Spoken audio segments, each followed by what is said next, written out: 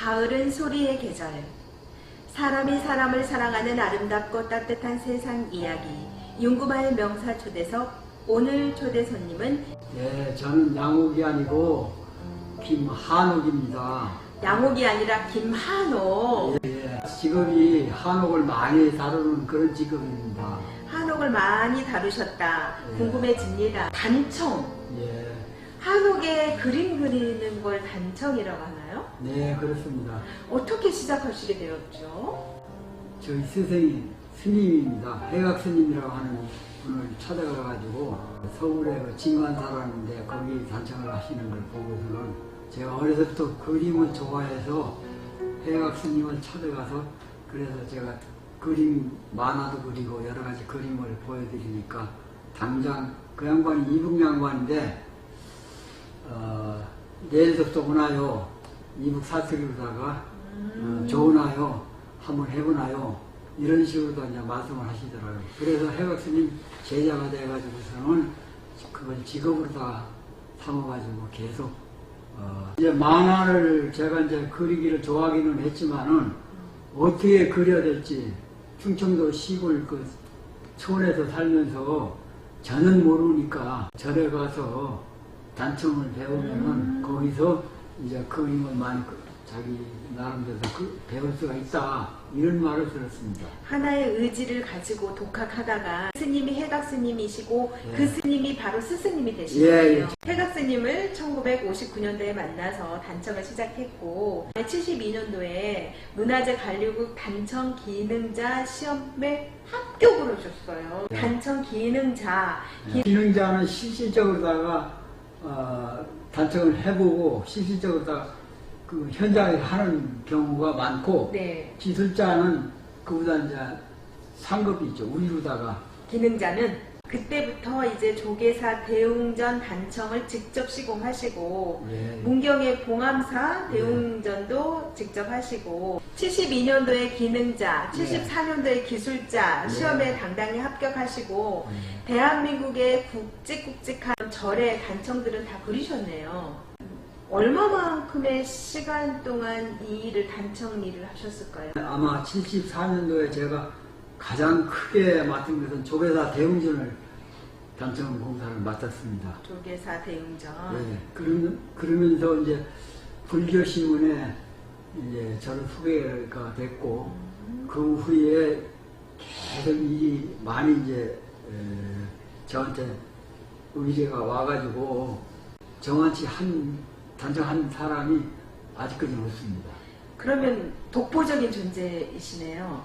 제가 독보적이라고 할 수는 없고 하여튼 그렇게 해서 많이 했습니다. 그 건물에 있는 거 예를 들어 가지고서는 석가래, 부연, 개판 이 건물에 있는 그 위로 저 천장 이런 데는 단청 문양이라고 하고 벽에 그리는 것은 벽화입니다. 벽화.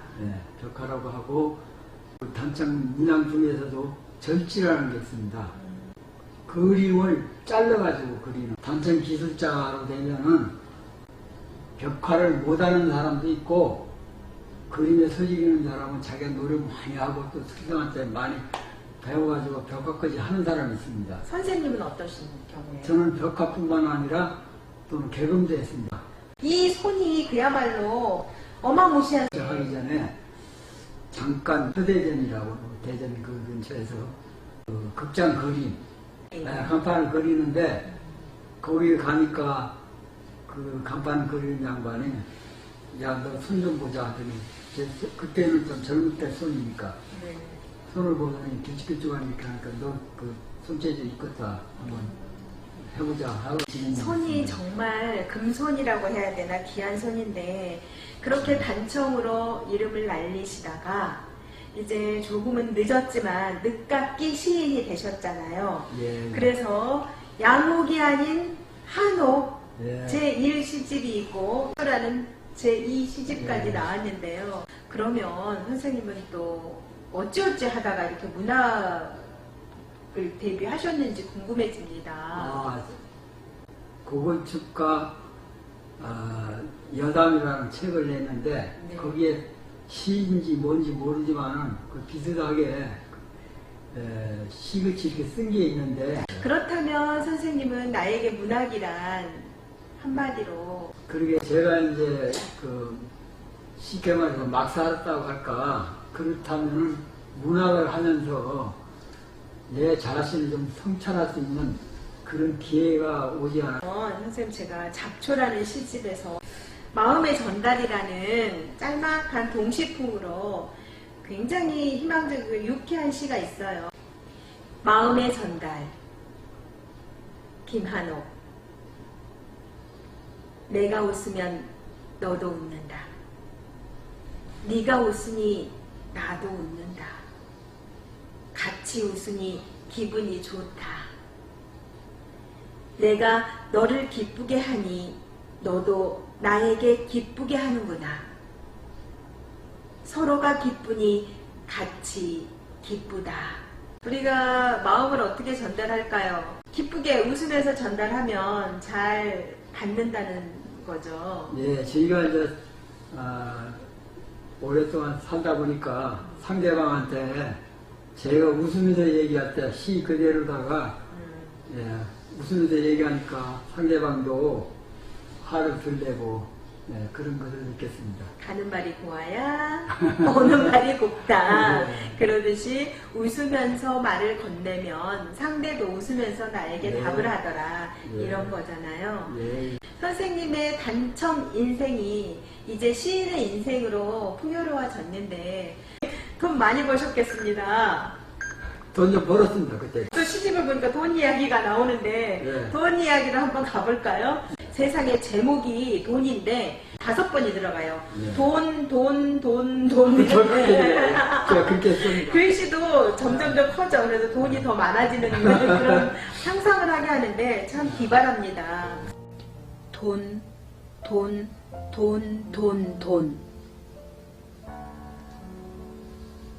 김한옥.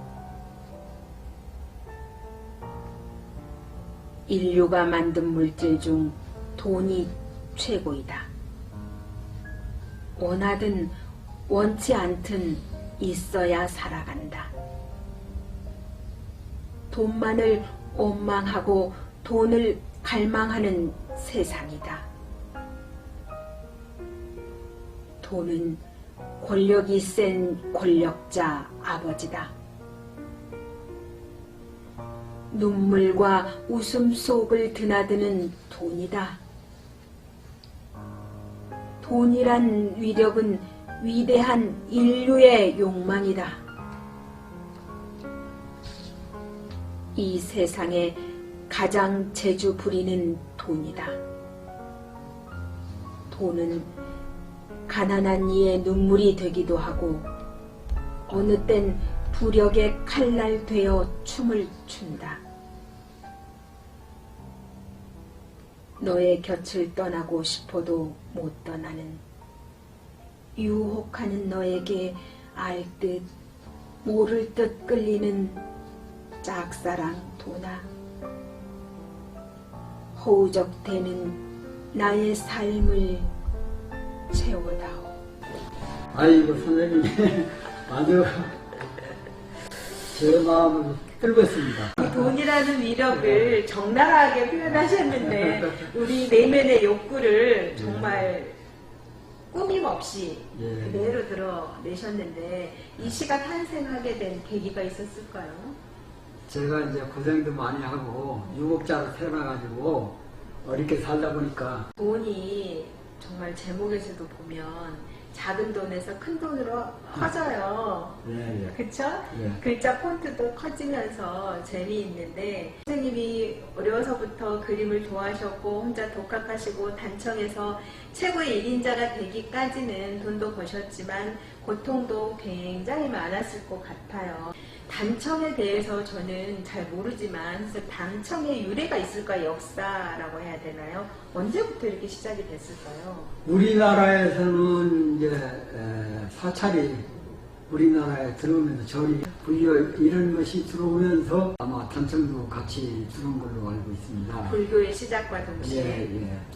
그래서 그 당시에는 아마 지금도 그렇지만은 여기서 지금 현재로 보면은 삼성에서 하는 이 단청도 우리나라에 와가지고서는 굉장히 나름대로다가 발전을 했습니다. 그 당시 고려 때까지는 중국에 있는 그 단청 출처와 우리나라에서 안동 동정사 그 극락전에서 나오는 그 문양하고 똑같습니다. 그럼 단청의 문양들이 패턴이 그대로 이렇게 변형이 안 되고 패턴이 그대로 유지되고 있는지 아니면 시대의 흐름에 따라서 변형이 되는지 궁금해요. 예. 시대의 흐름에 따라서 굉장히 변했습니다. 네. 네. 이 시집 속에도 보니까 뭔가 심기가 불편한 게 네. 있어요. 신라 복원 단청 문양이라고 해가지고 불편한 심정을 표현하셨는데 어떤 내용이에요?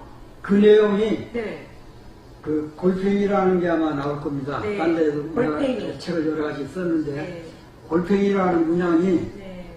그 삼국 때는 전혀 없었던 문양입니다. 그런데 지금 현재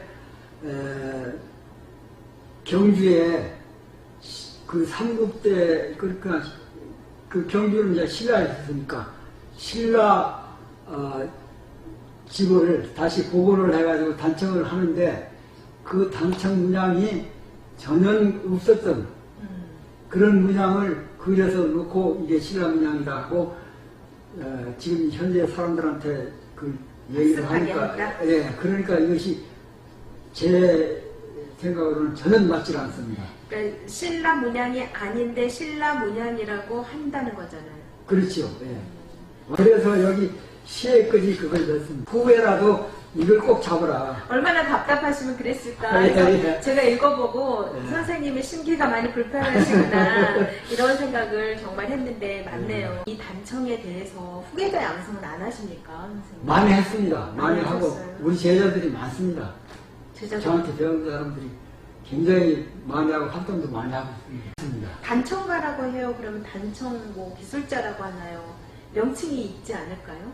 하원이라고 그러죠. 그림한 하원. 예, 그림에 어떤 가는 사람이다 옛날부터 그래가지고서는 하원이라고. 저는 잡지를 이렇게 씁니다. 하면 한옥 시집이 되잖아요. 네. 한옥에 대한 이야기다. 그래서 약간 수수께끼 같아요. 네. 선생님 여기에 보니까 이제 그 잡초 같은 인생을 살았다 이렇게는 했지만 그랬을 때 그 과정들이 마음이 어땠을까 마음을 토닥토닥 해주고 싶어요, 선생님. 대가 앞에서 감히 제가 그래도 토닥토닥 할 수 있는 거잖아요. 아닙니다. 그래서 제가 마음이라는 시를 한 번 더. 마음 김한우 빗자루 마당 쓸고 쓸어도 쌓인 먼지 바람에 날아와 쌓이고 또 쌓인다. 바람을 없앨까요? 먼지를 없앨까요? 마음의 먼지도 우리네 모두에게 서로의 갈등 속에 쌓이고 또 쌓인다. 마음을 없앨까요? 갈등을 없앨까요? 사는 것 너나 없이 뜻대로 안 된다고 화내고 원망한들 어쩔 수 없다마는 시방도 모든 생명체 모르고 흘러가네. 바로 마음이나 이제 이거 현실적으로다가 빗자루를 쓸고 해도 또 이제 오늘 쓰려면은 바람이 불어가지고 내일 가람이 또 끼고 네. 또 쓸어야 되고 우리 마음도 다스리면서 내 자신 또 마음을 가다듬고 또 쓸어가듯이 네. 그렇게 살아야 되지 않을까 그런 생각을 느끼면서 이렇게 한번 써봤습니다. 단청의 대가 우리 김한옥 선생님과 이렇게 시 이야기를 하고 있는데요. 시 이야기라기보다는 인생 이야기예요. 처음에 읽었던 시가 마음의 전달이었고 두 번째는 돈이었고 네. 지금 내 마음이 어떤지 정말 정화시키는 이야기였는데 선생님께 세상살이는 어떨까? 선생님의 시 한 편 한 편에서 이렇게 살아야 된다라는 정답이 나오거든요. 세상살이 김한우 태어나서 살다 보면 너무 많다. 답답한 일. 너 아는 것 나 모르고 나 아는 것 너 모른다. 다 같이 알고 모르는 것 이것이 세상살이다. 그러려니 배우며 살아간다. 세상 지식 다 가진이 없으니 모른다고 구박하지 마라. 마지막에 구박하지 마라 해서 예. 좀 마음이 짠해지는데 그 소리가- 구박당하셨어요? 그래, 구박을 많이 당했죠. 불편한 단어인데 시적으로 구박이라는 단어를 쓰신 것에 대해서 좀 용기 있다, 당당하다 이런 생각이 드는데요. 시적으로 느끼다 보니까 좀 시원하네요. 이 시를 통해서. 고맙습니다. 네. 어떠세요? 이쯤 살아보니 나의 인생 철학은 이렇다. 그러니까 좌우명이라고 해도 되겠죠. 제가 남한테 너무 억울하게 안 하고 저 자신도 억울한 일을 안 당하면 좋겠다. 예. 어느 정도 선생님의 인생 철학 좌우명도 들어봤고 마무리를 해야 되는데 이 잡초의 시를 보니까 시집뿐만 아니라 시가 있는 게 아니라 그림, 만화가 있어요.